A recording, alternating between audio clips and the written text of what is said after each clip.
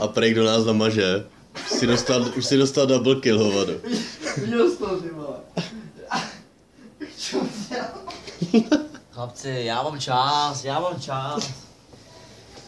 mám už si čas, já vás namažu, že budete namazaní jak Turci, vole. Založ si ty nohy, ty vole.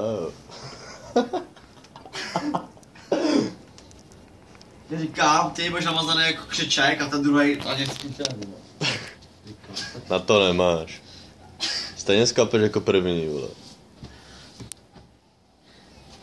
Říkám, z toho budeš Když máš je pod nosem. Sanchez, ty vole.